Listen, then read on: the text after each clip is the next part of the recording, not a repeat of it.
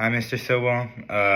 I'm here to talk about the Spanish-American War, and this will be my oral communication assignment.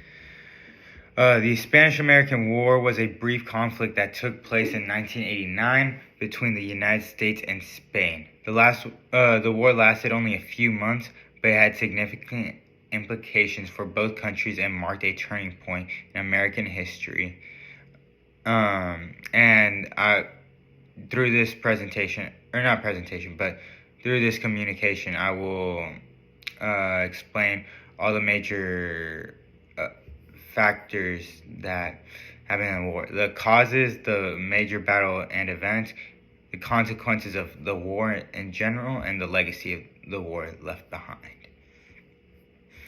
So, the Spanish-American War was caused by a number of factors, including American support for Cuban independence, for Spanish colonial rule, as well as economic interests in the Caribbean and Pacific regions.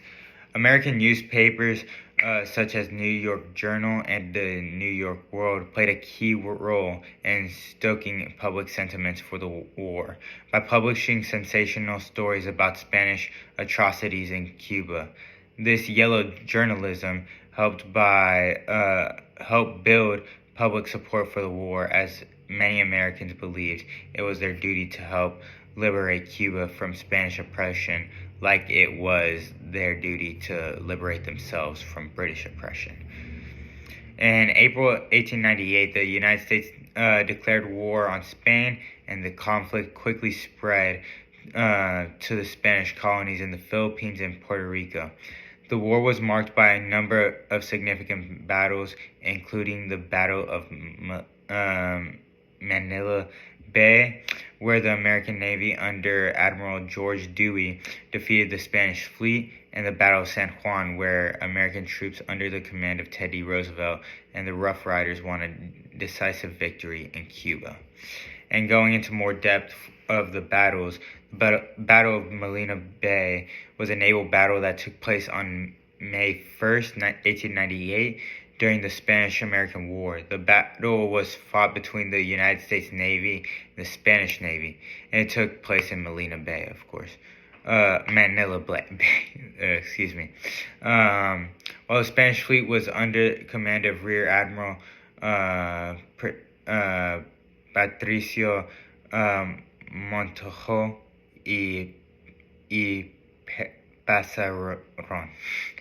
The battle began early in the morning when Dewey's fleet entered Manila Bay and engaged the Spanish fleet. The American ships were equipped with modern weaponry,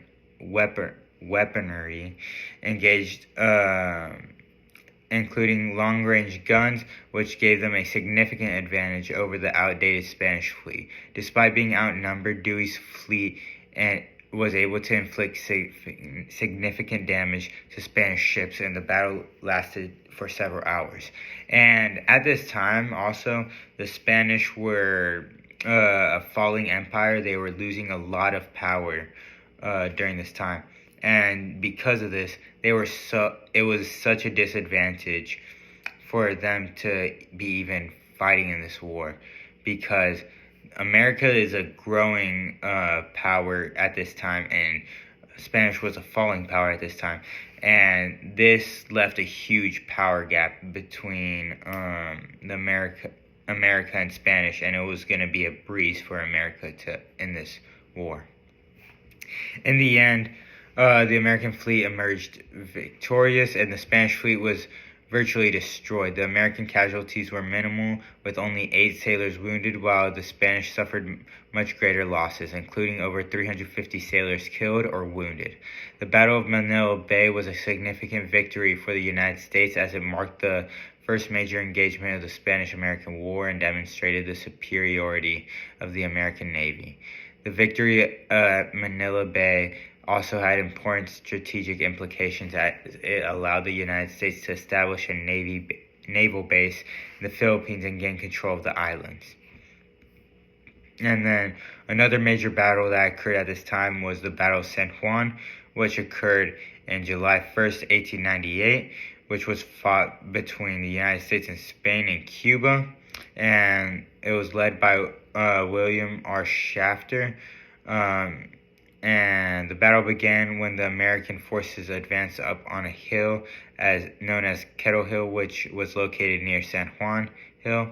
The American soldiers were supported by artillery fire, and they were able to capture Kettle Hill after a fierce fight. The Spanish forces then retreated to San Juan Hill, which was a larger and more heavily fortified position. The Battle of San Juan was this. In the end, America had the victory, and it was a very significant victory for the United States, as it marked a turning point in the war. The victory demonstrated the effectiveness of American military and boosted morale among American troops.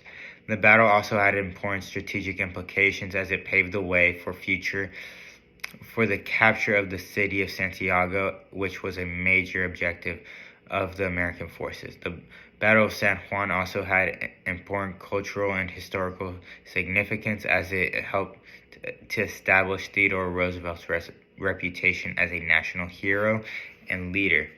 Roosevelt's leadership and bravery during battle earned him widespread admiration, and he went on to become one of the most popular and influential Americans in history. And finally, one of the last major battles of this war was the Siege of Santiago, which occurred in June of 1898, and it lasted until July of 1898. It marked the final major conflict of the war, which it was the final significant battle of the war, pretty much. And after the American victory at Battle of San Juan Hill, the United States military launched an assault on the city of Santiago. The American forces, led by General William R. Shafter, surrounded the city and began to shell it from all sides. The Spanish defenders, led by General Jose Toral, put up a strong defense, but they were eventually forced to surrender on July 17, 1898. The Siege of Santiago was a significant moment in the Spanish-American War, as it marked the end of the conflict. That's the end of the major battles, and the consequences of the war were it caused the United States to be a major world power, and it shifted towards imperialism and interventionism in American foreign policy. It impacted the American society and identity, and it led to a lot of consequences for Spain in the treaty.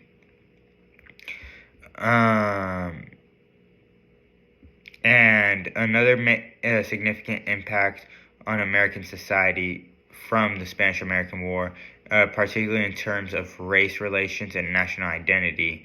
The war brought together soldiers from different racial and ethnic backgrounds and helped to break down some of the barriers that had previously existed between them.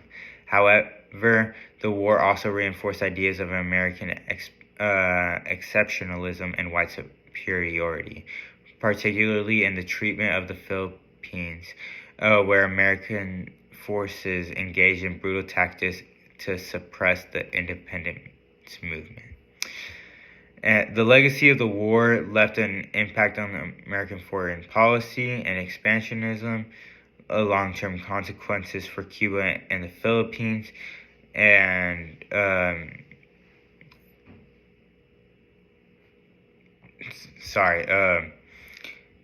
in conclusion, for the Spanish-American War, it was a brief but significant conflict that had far-reaching consequences for both the United States and Spain.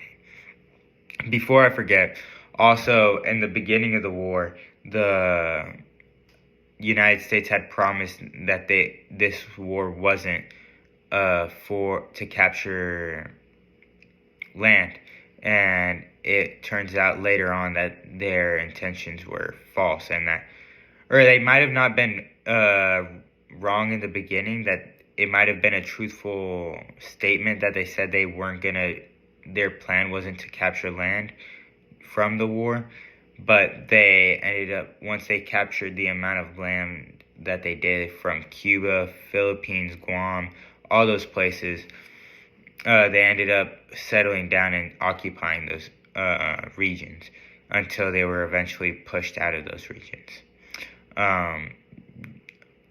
Just to make that statement. The war marked the emergence of the United States as a major world power, and it signaled a shift towards imperialism and interventionism in American foreign policy.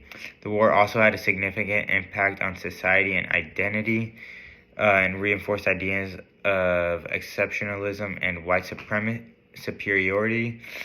Despite its relatively short duration, the Spanish-American War had a lasting impact on the course of American history. This was my oral assignment on the Spanish-American War, and I hope you have a good day, Mr. Sowell.